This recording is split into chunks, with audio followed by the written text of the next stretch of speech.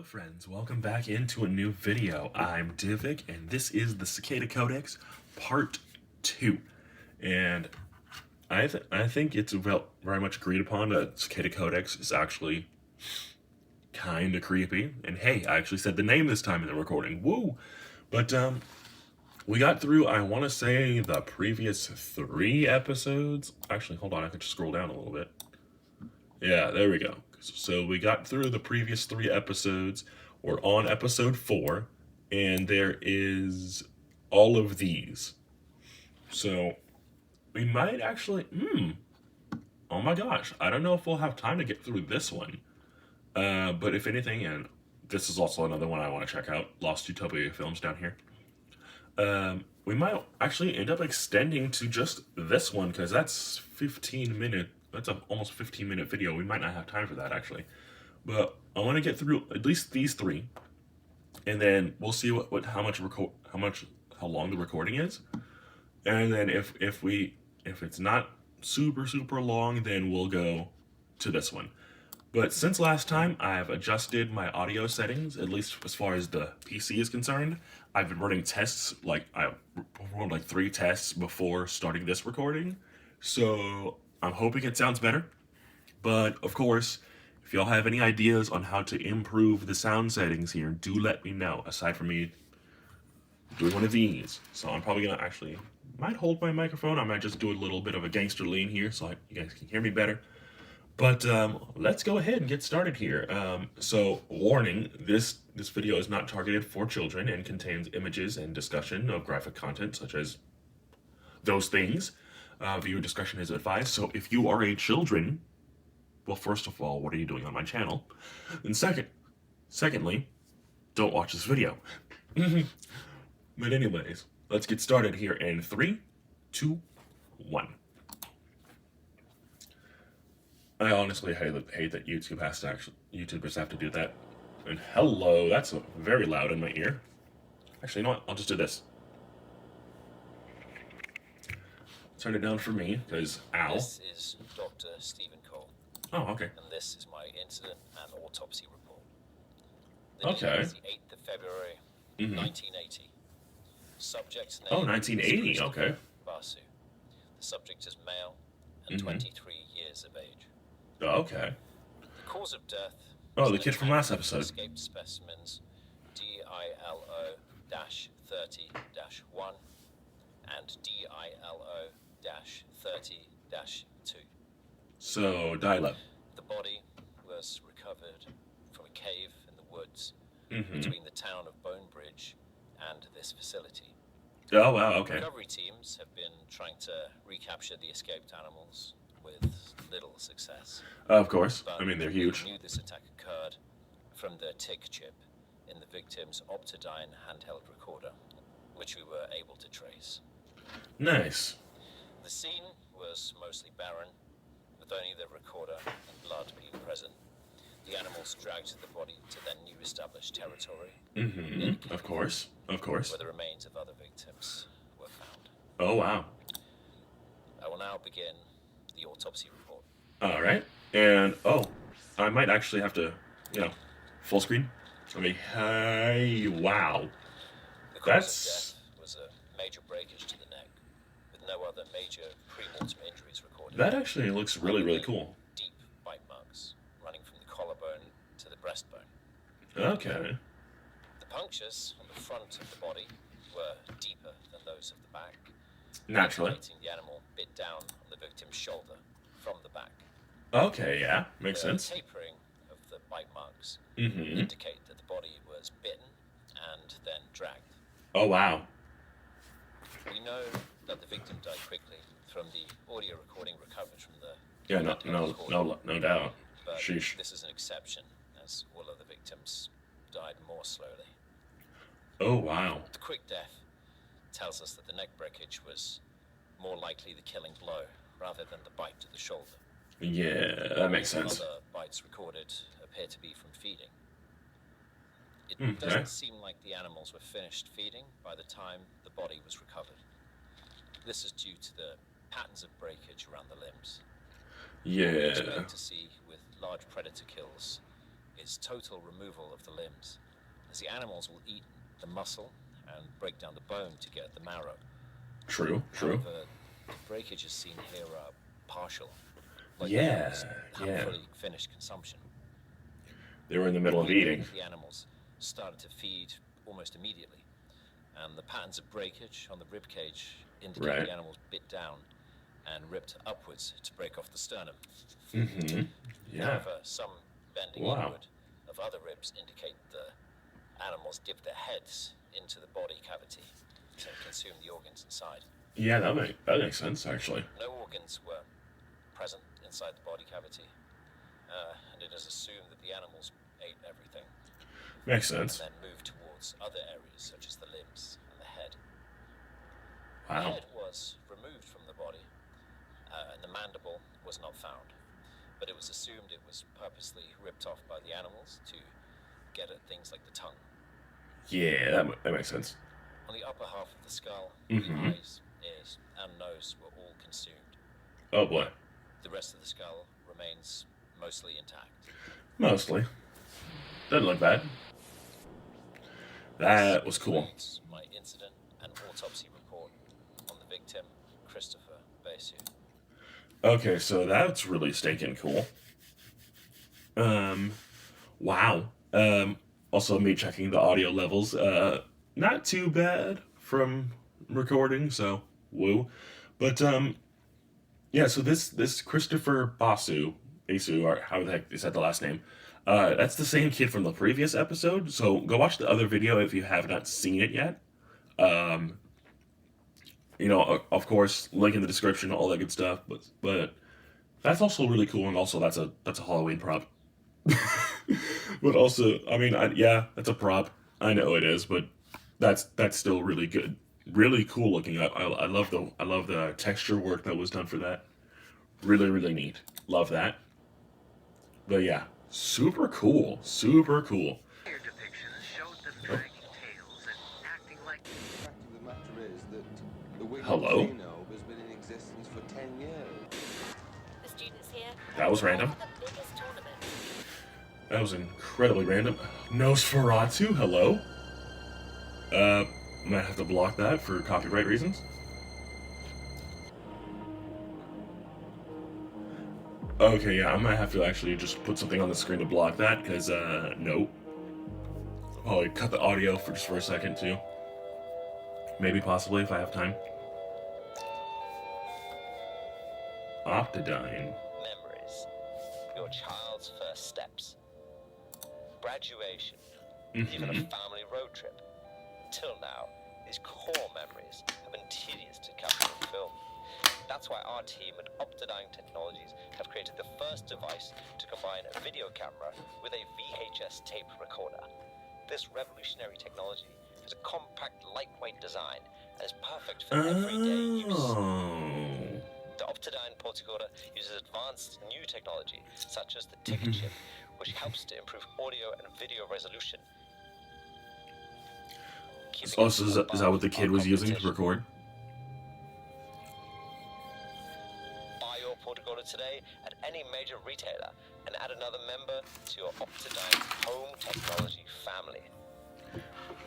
Yeah, so I'm gonna call it. That was the same recording that the kid used last episode. Nope. Okay. Bats of bone. Bones of, we're dealing with bats now? Oh, jeez. Or is it still just the Dilo? Well, we're gonna find out. In this lesson, we will learn about the wonderful bats found in our town. Sure it's not Dilophosaurus? Bone Bridge is home to around 4 species of bat, ranging from big to small. Both of those are actually kind of small, though. I mean, they can act big hands, so. Every bat from the small, I can't say that, to the large, also can't say that, play crucial roles in our natural environment.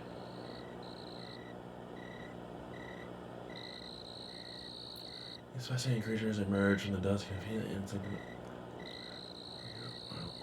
the system. Let's have a look at some of our local bats. Dilophosaur jump scare. Bat number 1. that bat. Dalbentus? Oh, hello! Oh my goodness.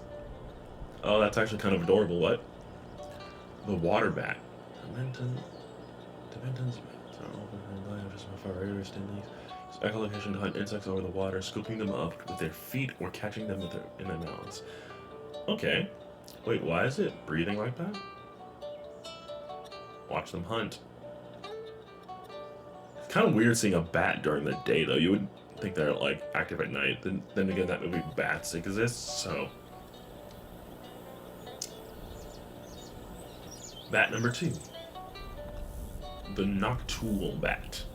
I think that's how you say that. Noctool? I don't know. Yeah, this is actually kind of loud in my ear, even with turning it down, so I'm going to cut that just a little bit. Okay, Britain's largest bat with a wingspan of up to 40 centimeters. Unlike some bats, I missed it. You can see these bats in local farms and in... I could not read. I couldn't read it. I'm sorry. An aerial predator. That's actually very impressive. Nice. Okay, so when's the jump scare? Invasive species. Uh-oh. So, Dilo? Not all observed bats are native to the UK. Okay.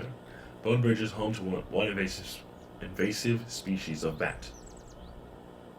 These bats were observed roosting in and around abandoned buildings in our local woods. It's not known. On the internal local ecosystem. Oh, is it the Dilo? Is it the Dilo? Or is it actual bats? Those frogs. Oh no, they're still bats. I'm getting the feeling I should put this down. I'm having the sneaking suspicion I should put that down. I don't know why. I'm sensing the need to put this down. They hunt insects in swarms. Okay. Alright, well... Hello? Okay.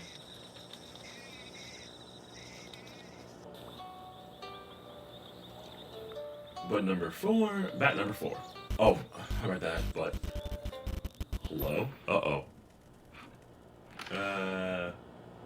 Oh. Oh, you son of a gun.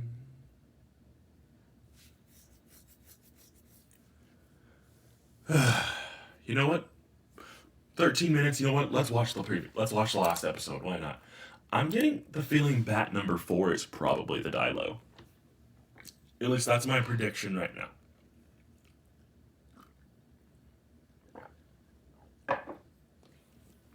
Good coffee. How do you guys like your coffee? Comment below. I'm curious. I started not using sugar in my coffee. So it's just the creamer that keeps it sweet. I actually kind of like it that way. But let me know how you guys take your coffee normally. I'm curious. Okay, so pause. Okay, so we got Operation Cleanup Report 7, staff of Dr. Stephen Cole, so the guy from before. And then report content tracking update and deterrence. Okay, so is this, they're gonna try to... Are they gonna try to capture Dilo here? Is that what's happening? Dr. Stephen Cole. Oh, it is this guy. What's up, man? 7. Operation Cleanup. All right, let's go. 1980. This is audio report 7. Operation Cleanup. Mm-hmm. I will be providing Also, I got a new chair, guys. and an What do you think? introduction to I'll new put a capture picture in. and deterrence measures. We've had some new developments Oh. regarding the tracking and recapture of some escaped animals. At least they call them animals. Located the territory of most escaped Urignathus. Turns out a local school teacher with a particular interest in bats had found the colony of pterosaurs. Oh. While filming a documentary for his class. They mistake them for a new species of bat and Fortunately, he'd been using Optidine cameras to record his findings. Nice. Key words and sounds picked up by the tick chip flagged him for investigation. We were able to confiscate his tapes. We used the excuse of public safety that these invasive bats were carriers of rabies to move in silently and capture the animals. That makes sense, actually. We managed to tranquilize and recover 5 of the 9 escaped pterosaurs. Nice. But where are the other ones? However, they breed fast and are notoriously hard to capture, so it's unlikely that we'll be able to recapture every individual. However, we are trying and have so far been mostly successful. Mostly. Okay. Another team will be closing in on the building tomorrow afternoon when the animals are less active. Yeah, that's a good idea. So what's the fourth? So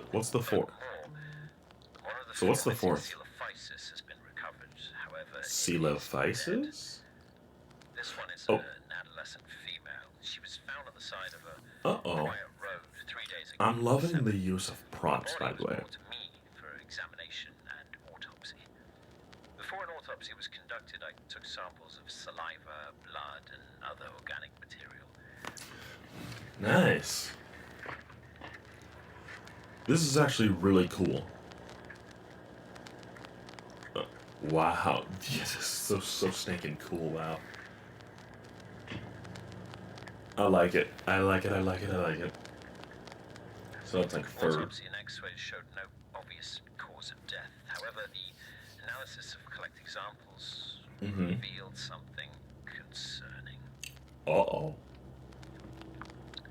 Bacillus carnamanducans. This is a pathogen from the Triassic. It was synthesized from a Darwin unit when creating the Coelophysis genome. Okay. It was assumed to be a bacteria from the animal's gut microbiome, as it was seen quite a lot in fossils from Ghost Ranch Quarry, but Okay. it turned out to have been a deadly external pathogen. When it was first synthesized in base B200, something went wrong, and it resulted in a genetically enhanced bacteria with an almost 100% mortality rate. With That's not great. exaggerated symptoms. That Wow. pathogen wiped out the base. Only a few remnants of the breakout were ever recovered. Wow. Oh. Hello?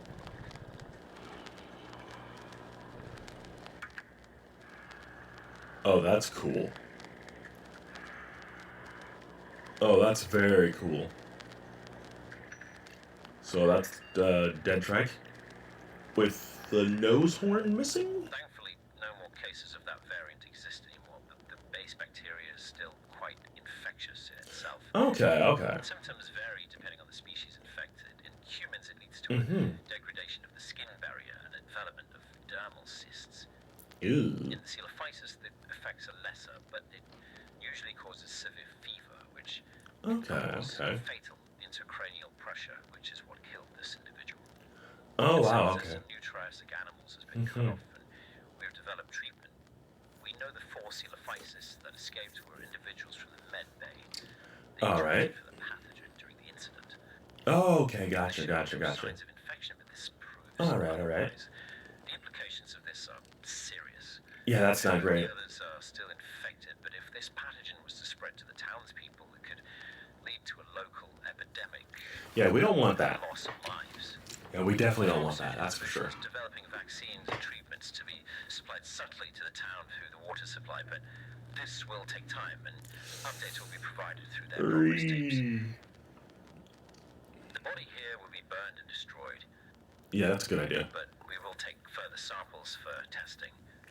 Yeah, that's actually a good idea. And wow, dude, I love it.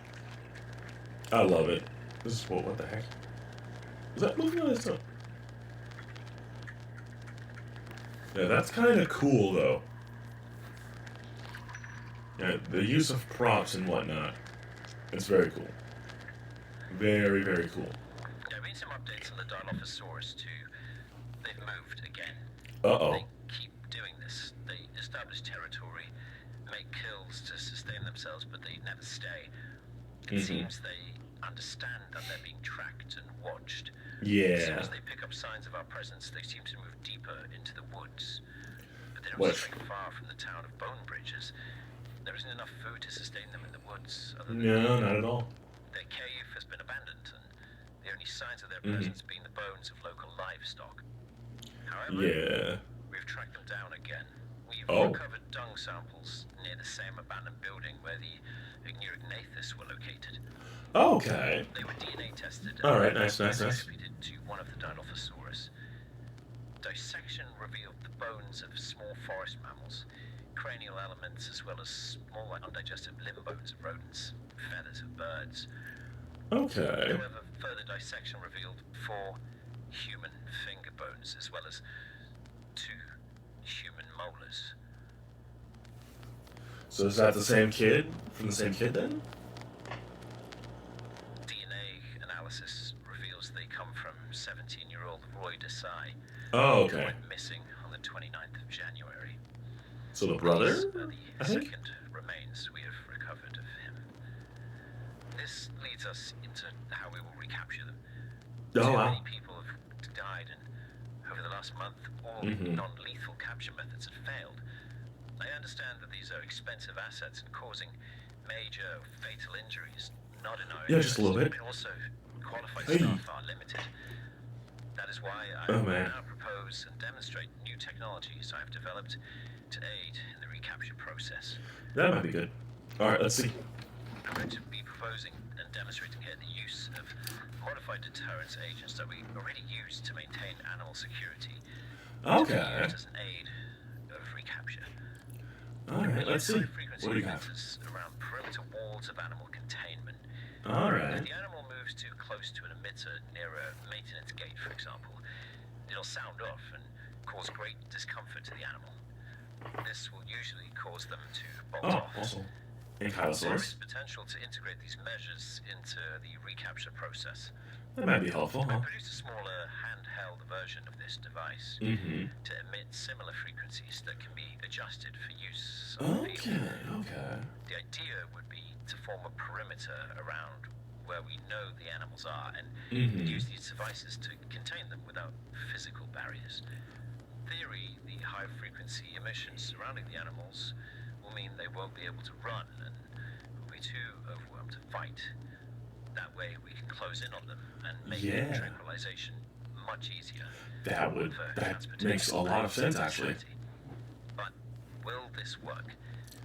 The smaller devices are less powerful, and Yeah. there is concern that it might not be as effective as a deterrence measure. Well, that's why you have That multiple. is where she comes in. Our Hello? third Dilophosaurus in the subterranean fake sky facility.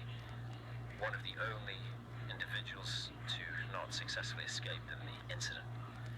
We set up a slab of meat near one of these devices to test its efficiency. We started with a control, no frequency. As expected, she took the bait and came in to feed. We then upped the frequency to half of the maximum capacity. This time with the same setup, she seemed uncomfortable, more wary when approaching the food. Mm-hmm. But eventually, she took it. And that was half of the full frequency. And it Okay, so barely full stopped. power? However, the full capacity of the small device, the results were incredible. She Mm-hmm. didn't go near the food. She stayed between some nearby rocks, eyeing the area but not approaching. If a perimeter of these devices was used on the field, the animals wouldn't be able to escape. Oh, wow. Yeah, no, that There would work. was one problem with this approach. The frequencies affect all animals in the area, not just the target. Uh-oh. This includes members of the capture teams. Ear protection can be provided, but lacking auditory function when trying to recapture large animals is Yeah, risky. that's very risky indeed. That doesn't mean these devices can't be applied. They can be used to reinforce current measures, used Yeah. strategically to lower the risk for capture teams. But nevertheless, we developed more measures that are more specific for Yeah. better capture. Okay. Using a Darwin unit, we synthesized synthetic pheromones. These pheromones were engineered to produce certain symptoms in certain animals. We sprayed it Okay. in food and observed. The effects were similar to that of the high-frequency emitter. Oh, okay. She didn't go near. This technology is expensive. However, Yeah, of course. while it's engineered specifically to impact certain species, we didn't fully understand the risks of inhalation for humans. This is why we didn't engineer more severe side effects, and why all capture teams using this tech will be fitted with respirators. Yeah, that's a good idea. This technology will be developed further and hopefully applied to strengthening the security of our environments to prevent further escapes. Nice. We've had a number of species imported into the facility into temporary enclosures for study, alongside some geneticists from other facilities to aid in research while we focused on recapture. To begin testing on proboscids such as Platybelodon, looking at the effects of pheromones on large mammals. So far, she's responded well to testing. Okay. We also began trials on large aquatic species such as our mosasaur, in the event that it breaks a maintenance gate, for example, and swims out into the wider area. While doing this, we also factored in smaller organisms in their environment. Pheromones or frequencies can cause major issues, so we studied fauna like ammonites. My This face is sticking so much. found dead in one of our Jurassic enclosures. Uh-oh. While she's not the same as the Cretaceous ammonites residing with the mosasaur, the application should be similar. We studied samples from these, as well as live specimens, to understand the effects of our deterrence measures on their major functions, to try and reduce the risk for them. Research was also applied to the less pure Paleozoic specimens. We studied some of them, examining the effects on trilobites, such as the Solenoides. There isn't too much risk for most of these currently cloned Paleozoic animals to cause any harm if they manage to escape into the sea or rivers. But this technology can be used for newer facilities, such as the Carboniferous rainforest or Ordovician sea. Those more deadly animals. Yeah. I'll conclude my log. I hope the progress my division has provided is satisfactory. More logs will be sent out when further progress is made. Alright, so what I'm getting is that there's attempts to capture more creatures and whatnot. But yeah, I do love the use, as I said during the recording here, I do love the use of props. Like this track body here, the Coelophysis corpse, which looks really, really cool. I'm not gonna waffle too much, but this deterrent right here, or like the other thing that you mentioned, that either one of those could work. There's merit to both. I do find this whole the lore and everything of this series to be very, very interesting. But yeah, that's all the episodes we have so far. I did see something like, let's see, where it posts. Yeah, so we can actually close this now. Yeah, so yesterday we got this. So next episode of Cicada is in the works. I officially launched my second channel. So, hey, second channel, Paleo Central.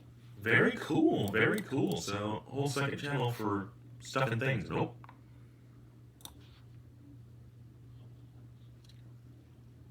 Oh, wow, look at that.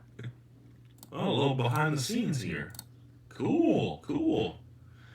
All right. But yeah, super, super cool. I like it. But anyways, folks, that's going to do it for this video. I hope y'all did enjoy.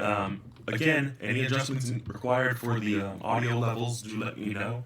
I'm still working out the kinks, if there is any. So, with that being said, thank y'all so much. I appreciate you all. Leave a like if you did enjoy. Subscribe if you're new, of course. And yeah, I'll see y'all in the next one. Take care.